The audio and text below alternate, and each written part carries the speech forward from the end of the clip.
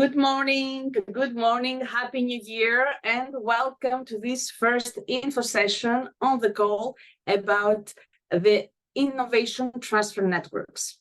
I'm Jenny Kutsamarku, in charge of communication and knowledge activities at the Urbact Secretariat, and together with me, we have Clémentine Gravier, in charge of networking and capacity building activities.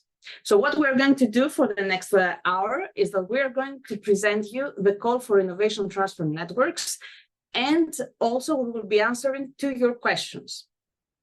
But before that, we would like to know about you, who you are, where you come from. So I'm going to ask you a few questions. So get ready in front of your computer to send us one message, each single one of you, send us one message saying hello from the name of your city and name of the country. So let's do this, let's take a few seconds to see where you come from. Hello from Paris, first of all. We are here in Paris, freezing cold Paris. So we can see already Belgium, Latvia, Bosnia. Yes, that's the rhythm. Go fast. Fantastic. Greece, Romania, Bulgaria. I want the full European coverage, please. Fantastic. France, Hungary. We had Greece as well. Serbia, Greece, Italy, Ukraine. Fantastic. We have already Ukrainian cities. Portugal, Poland, I suppose, Serbia, welcome. Bosnia, Herzegovina. Different cities from Serbia, yes. A bit more, Barcelona. Fantastic, all right. Okay, Montenegro, big capital letters. Fantastic, Croatia, Czechia, Slovakia, here you are. Slovenia, fantastic, yes. Any Nordic cities?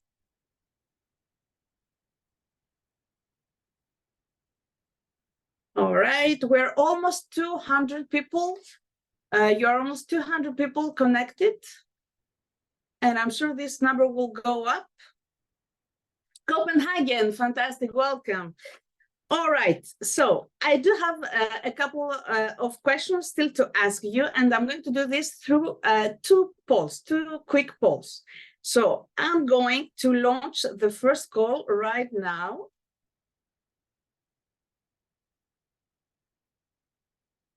All right, so now you should be able to see a question on your screen.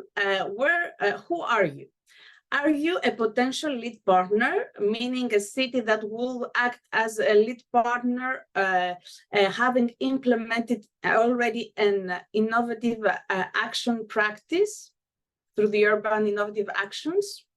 Are you a city that is interested in transferring an innovative practice? Are you a national urbact point, a national or regional authority, or an expert? A consultant, or something that we haven't listed here. Okay, let's take a few more seconds. Yep. We have 70% who have responded out of all the participants. Let's go. Well, let's still wait a few seconds, everybody to respond. All right.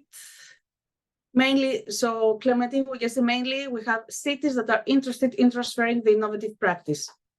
Yeah, about 40%. 40%. And we have 14 cities already that are connected as potential lead partners. That's fantastic. All right, let's share the results. We have almost everybody has responded to the poll. I'm sharing the results with you. So you can see that the majority are cities interested in transferring an innovative practice. So welcome, you're in the right place. This morning, I'm going to stop this poll and we're going to pass to the second question, which is how well aware are you about urbact and the call. So have you already read the terms of reference that are on the Get Involved page?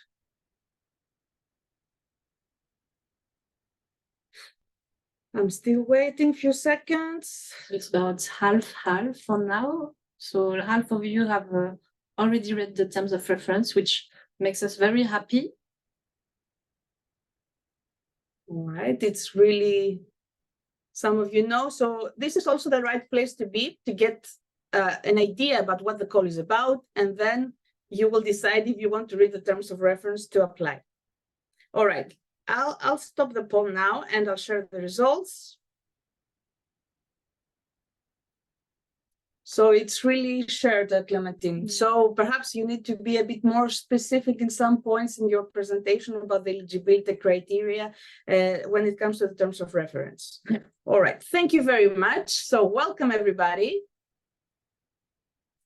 So I'm going now to tell you how this is going to take place. So we are going to frame this hour in 3 parts. So the first part, for the newcomers in particular, I'm going to present very quickly the urbact program, what urbact is about for the newcomers. And then Clementine is going to present you what is an innovation transfer network, the journey, what the cities are going to do when they are involved in this type of network. We're going to take a pause to collect your questions. And then Clementine is going to continue the third part with a more detailed presentation about the specifics of the call. And throughout this hour, these presentations, you can raise any question you want in the chat. So we have a colleague of us, Maria Laura. So she will be the one who will be responding to your questions through the chat, but some questions will be responded directly by us. So I propose that we start. And I'm also going to check also my the chat from time to time, so I can then give you all the questions to you, Clementine, to respond. Almost all. So I'm going very quickly to present you what urbact is about. So urbact is a European territorial cooperation program that was founded back in 2002. And ever since, we have been working with cities, with lots of cities, hundreds of cities across Europe, and we bring them together in order to find solutions and develop integrated action plans to their challenges that they face. So over the years, we have funded over 1,000 cities through urbact networks. And our main goal is to help the cities, to help urbact cities really become more sustainable and more integrated when it comes to local policies. So let's see exactly how we do that. We have 3 strands of activities, and that you will see right now on your screen. So the first strand of activity is the networking activities. Here's where the large majority of the budget of urbact budget goes to. So as urbact, we fund city networks, and I'm going to present you the 3 types of networks we have in a while. These cities that are involved in city networks are also beneficiaries of capacity building activities. So when we have this community of urbact cities, we always try to organize trainings and also provide guides and tools to them in order to better put in place integrated and sustainable urban policies. And we have a third strand of activity, which is communication and knowledge activities. And here is how we valorize and put forward the results coming from the networks, but also how with these activities, we bring further knowledge to the cities that are involved in urbact networks. We're organizing several activities like city festivals. The next city festival will be in April 2025. You can already save the date. We will communicate about this in the coming months. And also we organize some more thematic events. And the next thematic event we will organize is a city lab in Montsartou, a French city, on 22 of March 2024. So in 2 months, more or less. So these are the 3 strands of activities. And now I'm going to focus a bit more on the networking activities. Let's see now how many types of networks we have. We have 3 types of networks. The first being the action planning networks. Currently, we have 30 action planning networks, almost 250 cities involved in these 30 action planning networks. And here, the idea, the objective is that these cities come together having a common policy challenge, and they come together in order to develop integrated action plans, each one of them. We have also a second type of network, which are called transfer networks. And here the objectives and the way of working is a bit different, the action planning networks, because here we have already an identified good practice that was developed in one city and has brought positive results. And this good practice is transferred and adapted to other cities of the same network. This type of network, the first call for this type of network will be launched in 2025, in April 2025. But prior to this, we have to identify the good practices that will be transferred. So for this reason, on the 15th of April, save the date, 15th of April, we're going to launch a call for good practices. It's not a call for networks, but this is a necessary step to identify good practices that any kind of city has. I'm sure that all your cities have at least one good practice to showcase.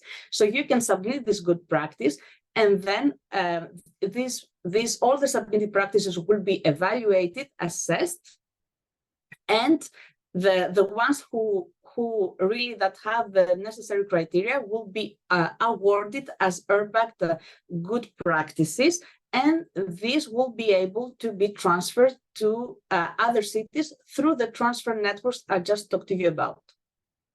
And then we have the innovation transfer networks, and this is why we're here today.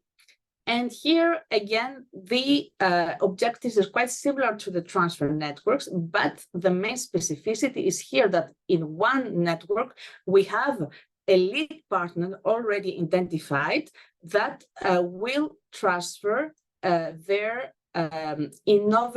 urban innovative actions project that they developed within a frame of 2016-2023. So this is what will be transferred, and you can see most of these potential lead partners on the partner search tool that we have already on the calls webpage. And I think I'm going now to pass the floor to Clementine to give you a bit more insights about what this innovation transfer network is. Thank you, Jenny. So good morning, everyone. I'm really happy to be here for this first webinar, this first info session on the call for innovation transfer network, and to launch this call online with you. So, as Jenny already said, so the main objective of the innovation transfer networks, I'm going to repeat a bit, but it's really important for you to understand. So the main objective of innovation transfer network is for city which had innovative practice funded as an urban innovative action under the 2014-2020 period. So such a city will transfer this innovative practice to other cities. And that's really the main objective of innovation transfer networks. So why apply? Because then in one partnership, you have 2 different type of cities. So you have the transfer city. So transfer cities, the interest for them to join will be to understand, adapt, and reuse an innovative practice that has been funded under the EUI 2014-2020. And to do that, the key output will be to develop an investment plan. So really to adapt this innovative practice and to prepare a plan on how this practice can be adapted locally and be financed. And doing that, making a difference in their city. For the lead partner city, the interest, the main added value of being a part of innovative transfer networks will be to further build on the legacy of the innovative action, the UIA project. And to further develop it, to further reflect on this project, thanks to the urbact method, and thanks as well to the input of other cities, because really the added value of urbact is transnational exchange. So here it will be really interesting for the city with the innovative practice to get as well the view of other of the transferring cities. And obviously, the urbact program will provide an opportunity for more visibility at a European level for the cities with innovative practice. And as common benefits, which are the same for all partners, you'll have the support of urbact experts. As well, you'll have the involvement of local stakeholders, because whichever city is taking part in an urbact program, in the urbact networks, must develop what we call an urbact local group, involving relevant local stakeholders. So this is really something that is going to be an added value of an urbact network.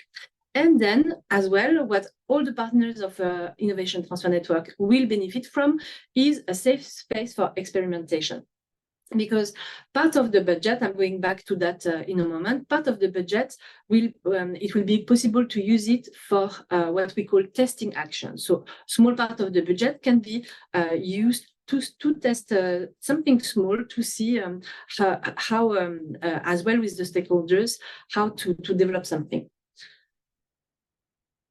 So repeating a bit, but like I want to insist on the fact that the key output, the key deliverable of an innovation transfer network will be for the project partners an investment plan, and for the lead partner a continuity plan, making the project sustainable and as well seeing it with other lenses. To do that, there will be, I will go in detail about that in a few moments, but I just want to say that the budget for this network for 24 months will be 550,000 euros, and part of it can be used for testing action. And all in all, like any other urbact networks, you will have capacity building opportunities and the exchange and learning, and as well exchange with other cities. And all urbact networks are as well supported by the urbact secretariat, by urbact experts, as well as by national urbact points. So how is it going to happen? So Innovation Transfer Network is going to last for 24 months, so 2 years, and we'll have 3 different stages. The first stage will last for 6 months, and it will be about understanding. So it will be really 6 months for transfer cities to understand the innovative practice. So there will be some visits to the lead partner city for other cities to really understand the practice. And there will be as well visits from the lead partner city and from the lead expert, going back to the topic of lead expert later on, in order for them to really understand the context, the local context of the transfer cities, and to already start thinking about how the innovative practice can be transferred locally. And it will be as well at that point the responsibility of partner transfer cities to develop what I already spoke about, the urbact local group, so the stakeholder group. Then the following phase, the biggest phase, is about adapting. It will last 1 year, and this will be really about refining the understanding of the innovative practice by what we call modularizing, by breaking the innovative practice into different elements, and each transfer city will see what makes sense for the local context to adapt, what doesn't make sense. And this will be done with the help of the local stakeholders. So each city, with the help of the local stakeholders, will see what from the innovative practice can be adapted locally, and how to do that. And then the last stage of this network will be prepare for reuse. And so this will last as well 6 months. And it will be then really about finalizing the investment plan. So one city will have decided to transfer this and this part of the innovative practice. And then it's really about drafting the investment plan on how to do that and how to finance this. So there will be an important part about funding and financing this transfer. And during all this period, all this time, the duration of the transfer network, you will have the support, like I said already, of the urbact program, of network experts. We will provide capacity building with some tools, as well some support regarding 3 cross-cutting priorities that the urbact program has about digital transition, gender equality and green transition, as well as the urbact knowledge hub, which are about sharing knowledge, like Jenny already spoke about. So here you can see Jenny spoke about already the partner search tool. So if you go on the call page, you can have access to what we call the partner search tool. And this is where you have listed all the 21. For now that we have 21, we may have more in the coming weeks. So I invite you to go regularly there to see. But for the moment, we have 21 cities with innovative practice, so potential lead partners who express their interest in leading an innovation transfer network. And these are all the topics that are tackled by this innovative practice.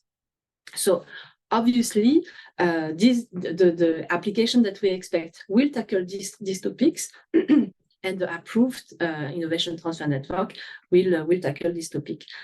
In addition, like I already said, we will ask each network, and this is common to all urbact network, we will ask each network to take into consideration green transition, digital transition, and gender equality.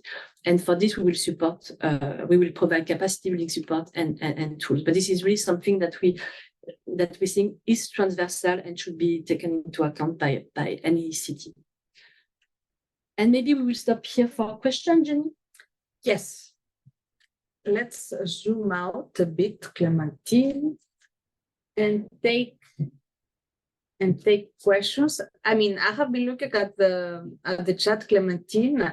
Maria Laura is responding already. Just to make, just to really stress out that all this recording of the webinar and the slides will be available to you through the call's web pages, which is urbact.eu/get-involved.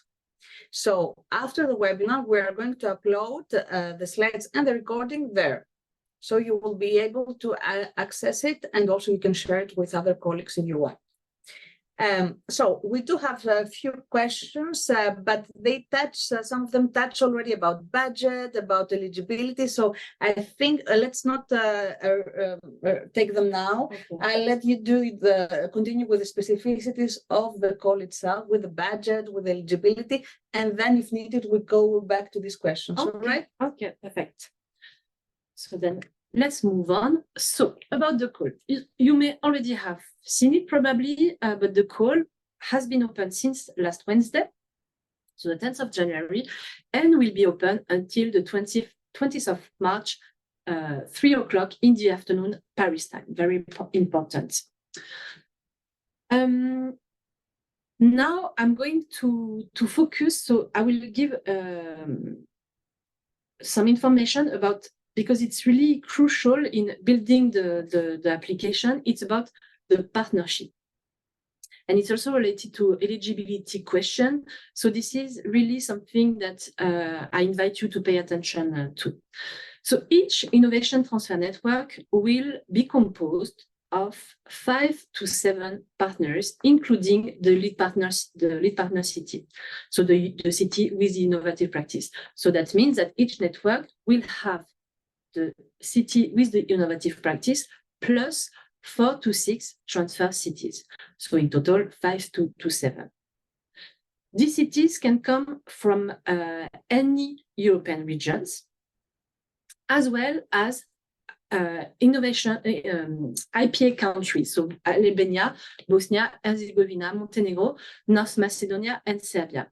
So for now, when you build a network, you have to pay attention to this. So 5 to 7 partners from this part of from these countries. I saw, and I'm sure there is already the question about participation of Ukraine and Moldova, cities from Ukraine and Moldova. And this will be possible, but we will open a parallel process later on in a few months for cities from Ukraine and Moldova to participate in Innovation Transfer Network with dedicated support. But for now, for cities to apply end of March, lead partner city and the partners of a potential ITN must come from these countries listed there. So this is an important slide because it's really about eligibility, and partnership is really a crucial part of that.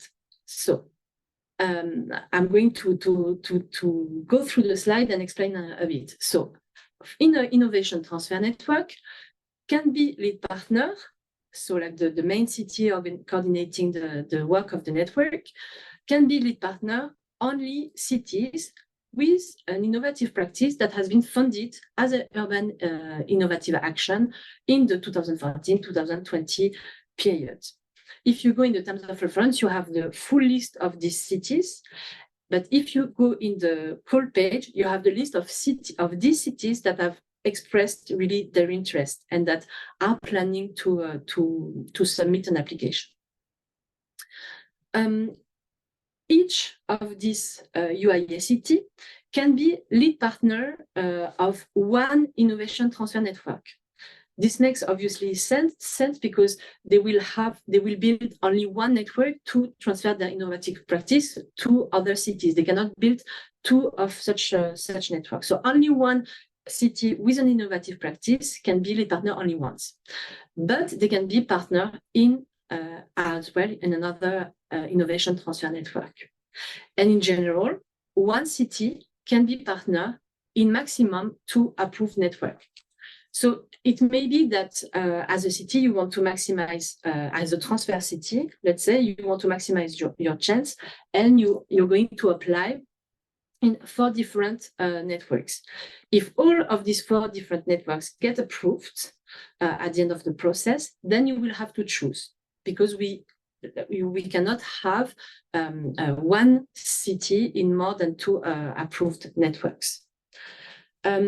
As well, an important part is that if you are already part of a urbact network, action planning network, most probably, this doesn't count. You can be a beneficiary twice in an innovation transfer network, even if you are already involved twice in action planning networks. We can go back to this if there are questions afterwards. Then, important part is that we want innovation transfer network and networks in general to be as diverse as possible. So one partnership cannot include more than one city from a country. So every partner needs to be from a different country. As well, and I'm going back to that afterwards, there can only be one non-city partner per network. I'm going back to what is a non-city partner in the next slide, but this is important to remember, only one non-city partner is allowed. So now in terms of balance within a partnership. So now I'm focusing on cities coming from EU region, from the European Union. So for a partnership of 5 to 6, there must be a minimum of 3 partners from less developed and transition regions.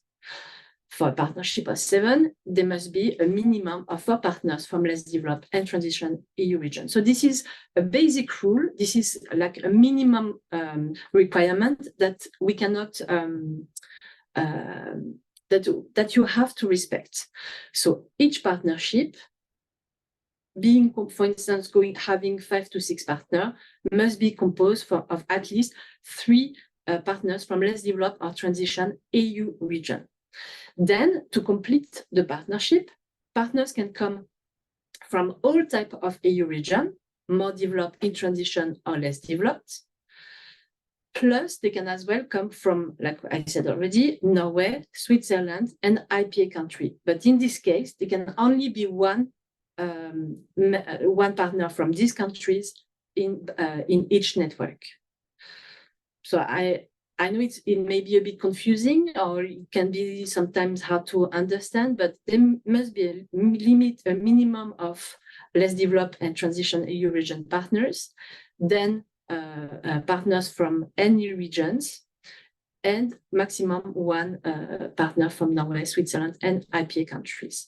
And this is really related to eligibility, so this is important. And then in terms of assessment, we always invite networks to develop networks that are as diverse as possible. So really to include not only partners from less developed or in transition region, but as well more developed region. And this is really regardless of if the city is a city with the innovative practice or transfer city. This is really taking into account all partners.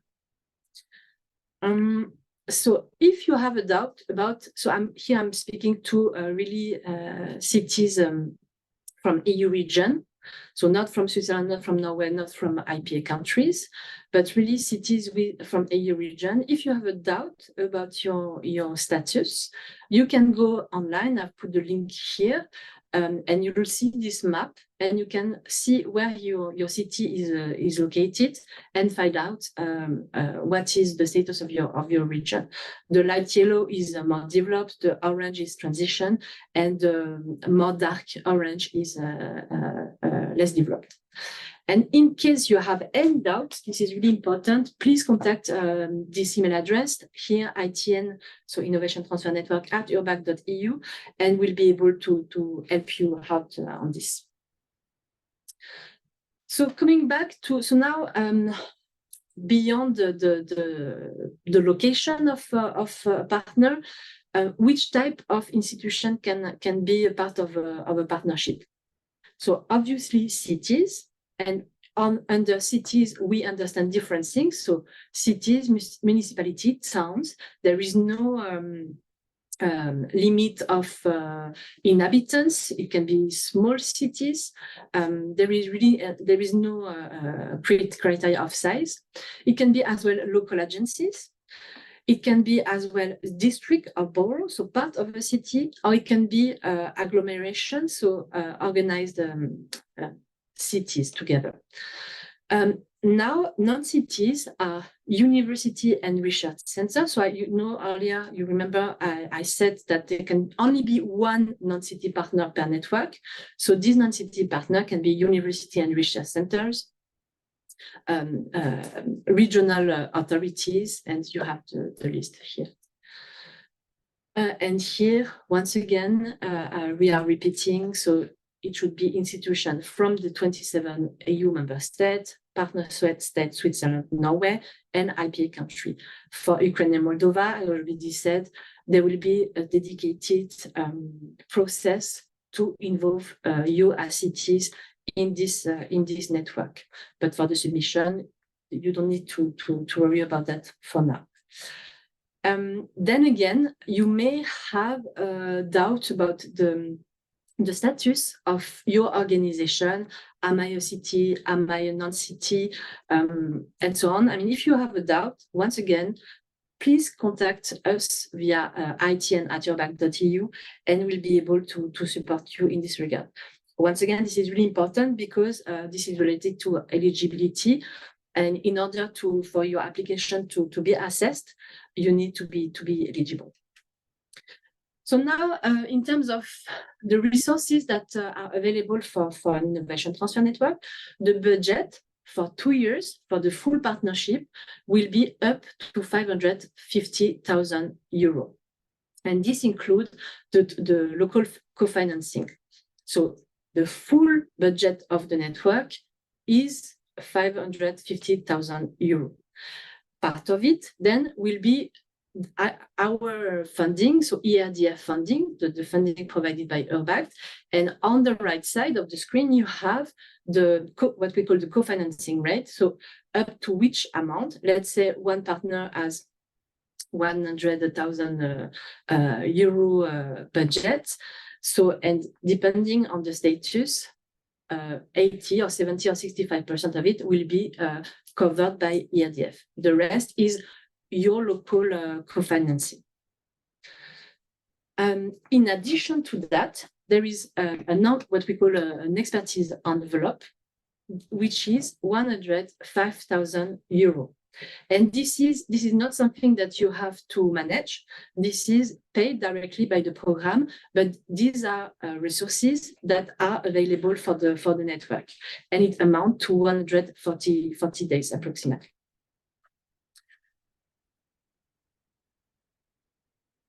So, and I just want to maybe once again reiterate this about the expertise. So what does it mean, expertise support? So what is under this envelope and these 140 days? So you will have for 2 years the support of a lead expert. So for 2 years, the lead expert is supporting the full network to help you organize the transnational exchange and to support you delivering your investment plans and continuity plans. You will have as well, under these 140 days, the possibility to have ad hoc experts. And these ad hoc experts, they can provide additional support on specific methodological points or specific thematic, some aspect that you would like to dive in. They can support you. And an important thing is that in order to be paid under this envelope, experts need to be approved in what we call the urbact pool of validated experts. The budget of the network can be as well used for experts that are not in the pool, but because you have the possibility in the budget to cover some expertise support, but then it will be on the network budget. If you want to use this envelope, the experts need to be approved in the urbact pool. There is an application for that, and voilà. Important point is that in the application form, you will need to identify the skills of the lead expert you would like to work with. So depending on your topic, the topic of your network, you will think that the lead expert needs to have different skills. So you need to identify 2 skills and to find in the urbact pool and to identify already 3 potential lead experts. So you need to find the names, to ask these people if they are interested. These experts need to provide letter of intent, and this needs to be provided as part of the application process. And then later on, once the network are approved, there will be some process, interviews with the potential lead experts, and the final agreement will be made between the lead partner and the urbact secretariat on who the lead expert of each network should be. So I can continue on really the application process, unless we want to. Yeah, let's continue with the application process. Yeah. So now, where to start? So really, one of my advice, I saw that already about half of you already read the terms of reference. So this is really a good starting point, because here you have all the eligibility criteria, all the assessment criteria. So you will see what we are looking for and what the assessment, the people who will do the assessment will be looking for. So this is really a crucial document. Then there is as well the guide for applicant. This provides a more qualitative information about what innovation transfer network is, what type of activities will happen over the 2 years in more detail than what I presented earlier. and how and there is as well an important part on how to look for partners, for instance. Then the program manual is something in addition that that you can refer to, because it sets the basis on the urbact program. But the two really key documents are the terms of reference and the guide for applicants, and you can find all that on the urbact website. So how to do that? So really go through the terms of reference. As well in the guide. There is as well interesting resource if you just want to have like a first overview. On the urbact website, on the call page, you have frequently asked questions, and these already give you an overview of the main features of the innovation transfer network and the call. And if you have any question, once again, contact itn@urbact.eu, and we'll be happy to provide you any information or support. So in order to submit your application, so there will be a system which is called Synergy CTE. And this is where applicants need to submit the application. The submission of the application is the responsibility of the lead partner, and this will need to be done by the 20th of March at 3 o'clock in the afternoon, Paris time.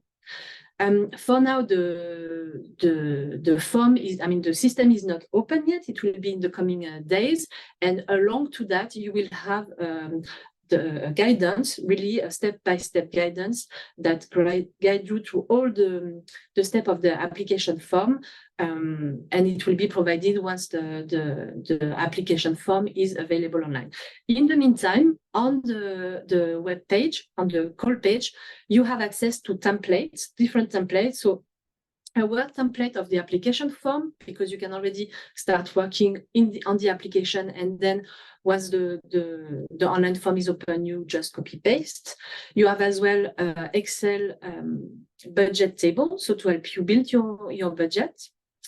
And you have as well the templates for letters of intent.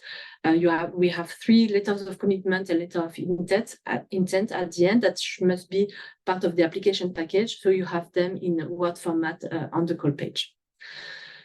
So once the application form is submitted through Synergy, you need to send the package by email to itn@urbact.eu.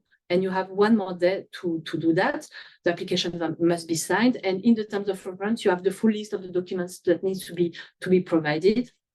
So once you have submitted, you send us a follow-up email with all these documents.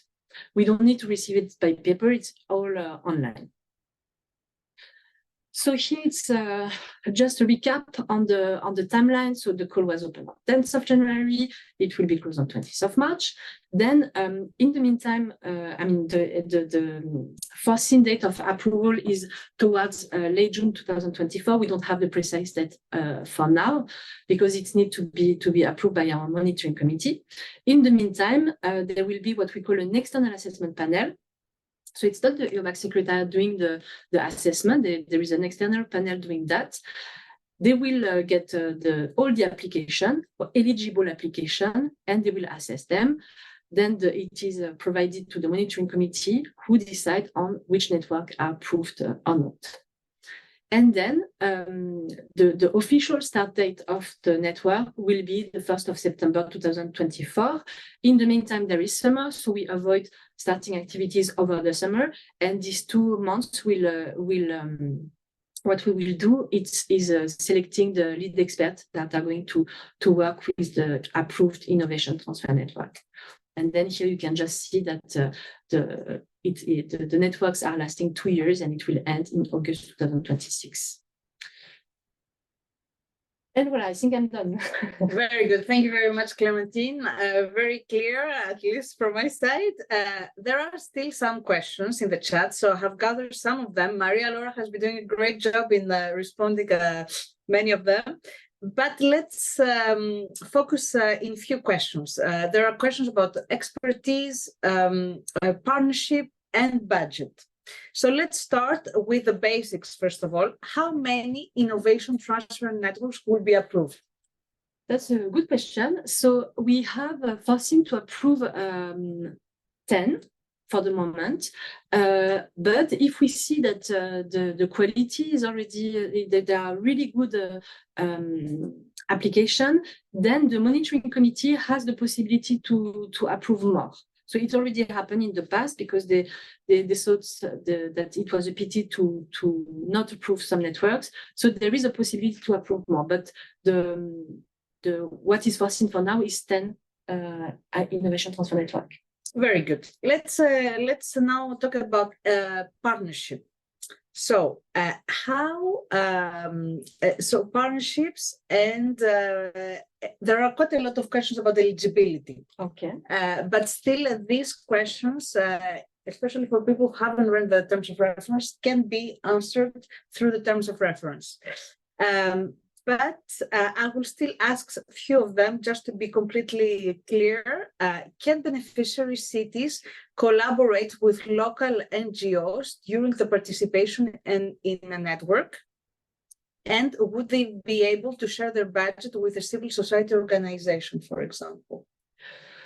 So definitely a city can work with local NGOs as part of the ULG. So urbact local group can, if you think that it's relevant for you to work with this NGO for because of the topic, then this NGO can be definitely part of the urbact local group.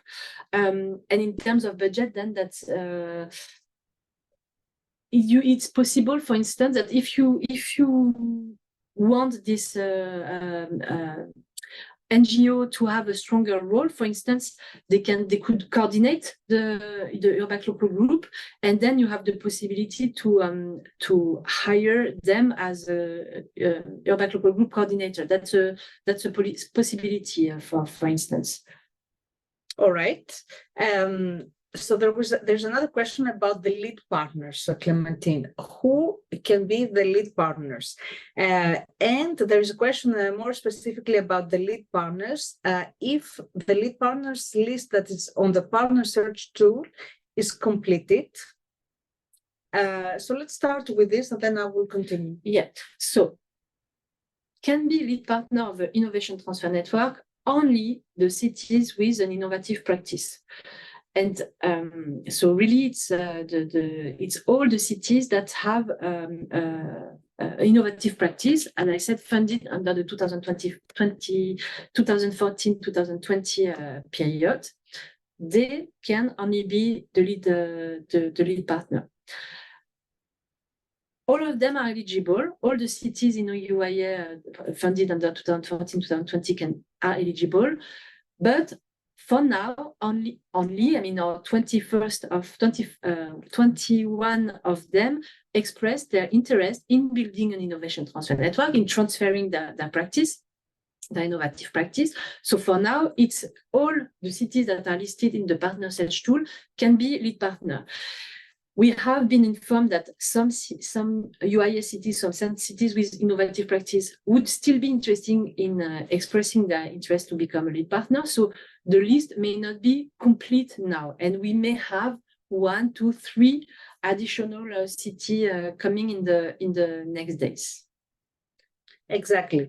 And this is also another question that comes up, but we will give again this similar responses.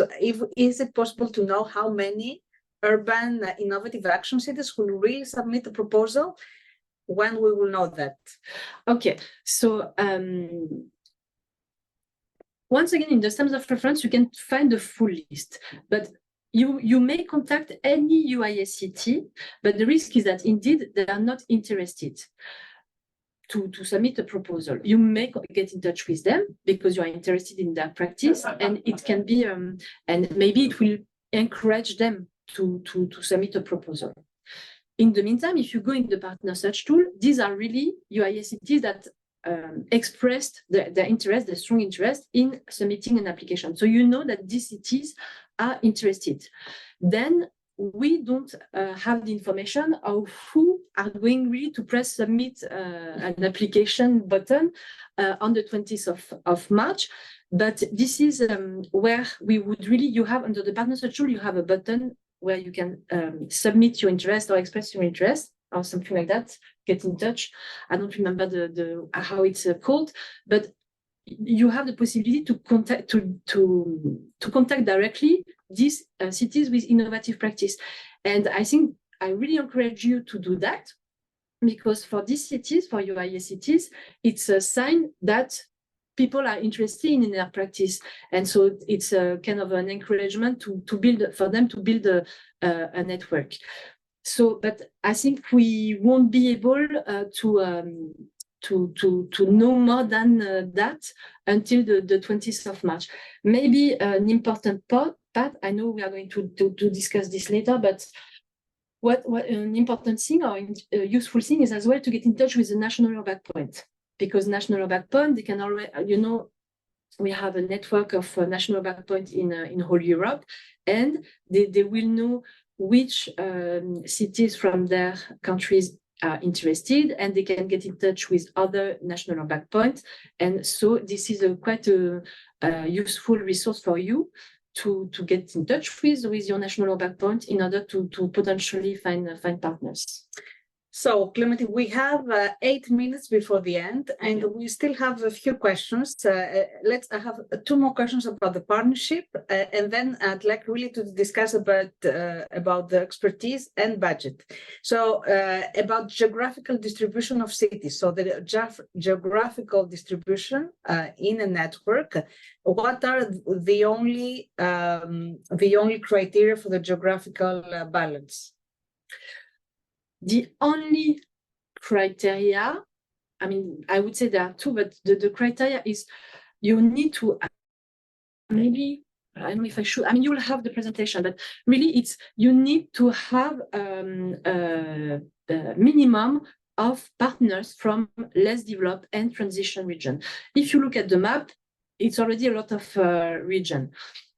It covers a lot of regions of Europe, but you have, for instance, for partnership of 5 to 6 partners, you have to have a minimum of 3 from less developed and transition regions. For partnership of 7 in total, you have to have 4 at least partners from less developed and transition regions. In addition to that, so let's say a partnership of 7 has 4 partners from less developed and transition regions. This is the minimum. Then the 3 remaining spots can be filled in either by people from EU region and cities from EU region, less developed, transition, more developed. There is no requirement. So all the 3 spots can be filled in by EU region. They can also as well be, one of them can as well be filled by a partner from Norway, Switzerland, or IPA countries. So these 3 spots, one of them can be used by a city from one of these, the Norway, Switzerland, or IPA countries, but it's maximum one of them. So basically, in terms of geographical balance, this is what needs to be respected. All right, let's go. There is also, just for your information, in the Get Involved page, there is also, when you scroll really down, there is frequently asked questions. Many of the questions you ask are already in these frequently asked questions. If they are not, we will update this section too. Clementine, there is another question about private companies, privately owned platforms. Can they be part of a partnership? No. Very clear. No, but because there is a but, they can be part of the ULG. It's possible, depending on the topic that you have, that you have local companies as part of your urbact local group, because you think it's useful to involve these local businesses. This is possible, but as official partner, let's say a funded partner of Innovation Transfer Network, that's not possible. Private bodies are not, apart from university, research center and so on, like private companies, they are not eligible partners. And for a city that will transfer the innovative practice from the lead partner, for this transfer city, let's say, what is the minimum recommended staff that they should have?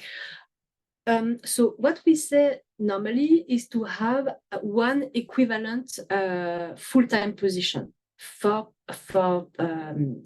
partners. Lead partner is a bit more, but for partner, all in all, because you will have so participation in meetings, you have reporting tasks and so on, maybe communication tasks. So all in all, we recommend to have an equivalent of one full-time position, which can be divided in 4-5 different persons. Then it's up to you to set up your local team. But in terms of equivalent of time, it's about one position. All right. Can regional authorities be part of networks? Yes, they can. Very good. As non-city partners, so meaning that only one per network can join. Mm-hmm. Very good. And then I think it's time we speak about money, Clementine. Okay. I have 2 questions about the division of the budget within the network. Mm-hmm. And so how this is divided amongst the partners and the lead partner. Which kind of amount goes where? Yeah, I mean, that's actually a difficult question to ask. Obviously, usually the lead partner will have more budget because they have more tasks to fill in, like they are really responsible of coordinating the network, organizing as well local meetings and so on. So usually the lead partner budget is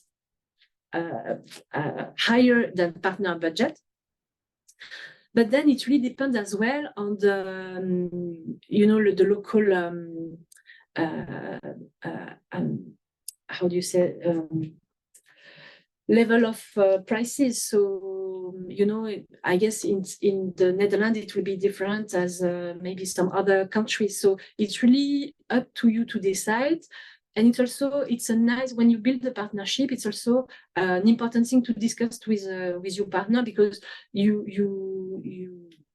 may need to make sure that all of the partners have a sufficient budget to ensure the activities of traveling to the different meetings and having the right people involved. So this is how I cannot give you some percentage, because it's really depends on your need, and this is something that you need to build on your own. So, Clementine, this budget allocation is more a cooperative, a collaborative exercise. I think this is a good practice. Mm-hmm. I would really recommend for the lead partner to do it as a collaborative exercise. This is also how you work in a transnational network with a European partner. Maybe an important point which I did not mention is what it's covered. This budget, it covers staff costs, some of the staff costs. Travel costs, mm-hmm. Some expertise costs, for instance, if you need support in communication or whatever, equipment, but this must be really justified and justified, explained. And I forget something.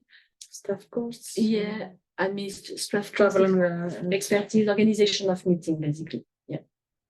All right, and what amount? Sorry, like some administrative cost, but it's enough. It's basically administrative costs are flat rate depending on the staff costs that are being paid. So it's automatically calculated. There is no budget to foresee for that. Very good.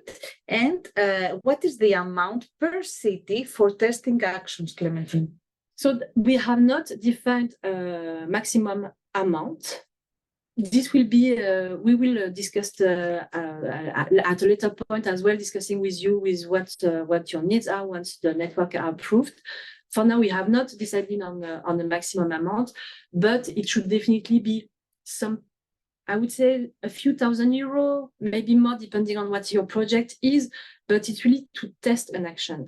Before we call them small scale action, we dropped the small scale part, but still it's really about testing something to see if it works. It can be really costless sometime action. So the point is not really about money, it's really about testing something. And so this is why we decided not to give a dedicated budget. It's part of your budget that you will allocate to that. And then in terms of what can be really covered by that, we will discuss. So this is flexible, something to be decided amongst the partners. Exactly. And in the past, when we did that, you know, some partners, they did several actually testing action, not only one, because they were quite cost limited. It really depends. The point is really about testing something that will feed in your investment plan. So Clementine, it's already 11 o'clock. I propose that we stay until 11:05 and finish off with expertise. There are some questions about expertise. How these experts that will accompany a network will be chosen, will be selected? What is the process?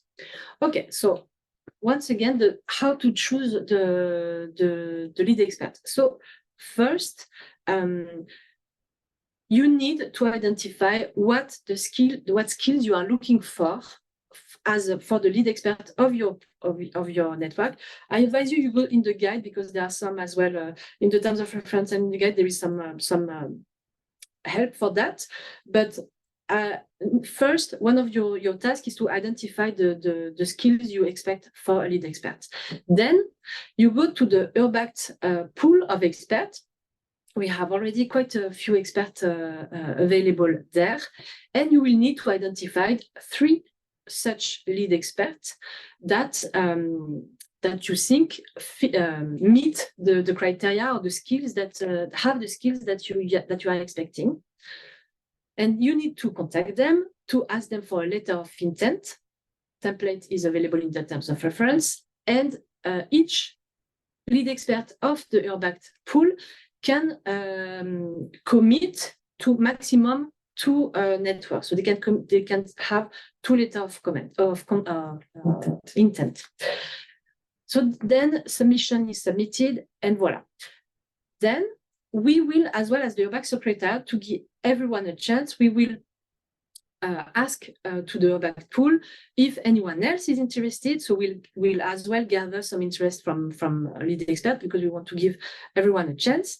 And then once we know which networks are approved, end of June, we will get in touch with the lead expert, with the lead partner of approved networks, and we'll organize interview. We'll see what are the best profile in the people that you listed, and we'll organize interviews in order to really select the final lead expert that will start working with the networks in September 2024. So that's the process. Very good. Thank you, Clementine. There is a question about the experts, the urban innovative action experts that followed a project at that time, if they can still be lead experts, if they are part of the urbact expert pool. Yes, yeah, and that's actually, they can. That's a good, so something that actually we did not say is that innovation transfer network are actually like the evolution of a pilot network we had under urbact 3 called urbact transfer mechanism networks. And in the past, we had in this pilot, we had different examples. So some of these networks were followed by experts that worked for the UIA practice, but as well networks that were followed by lead experts that were not involved in the UIA practice. So this is really something that you can see as well. It really depends, once again, on the type of skills that you expect, because being an expert for a UIA practice and being expert in urbact network is a bit different, because you need, as a lead expert, to organize this transnational exchange, to draft a meeting agenda, to be good as well in facilitation. So it's a bit different, but it can be that the UIA expert has this skill and then could become expert of the innovation transfer network, or maybe has not, and they could as well urbact expert, the innovative, the UIA expert could become ad hoc expert, for instance.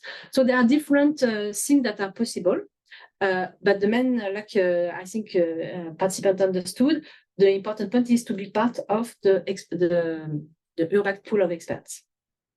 Very good. All right.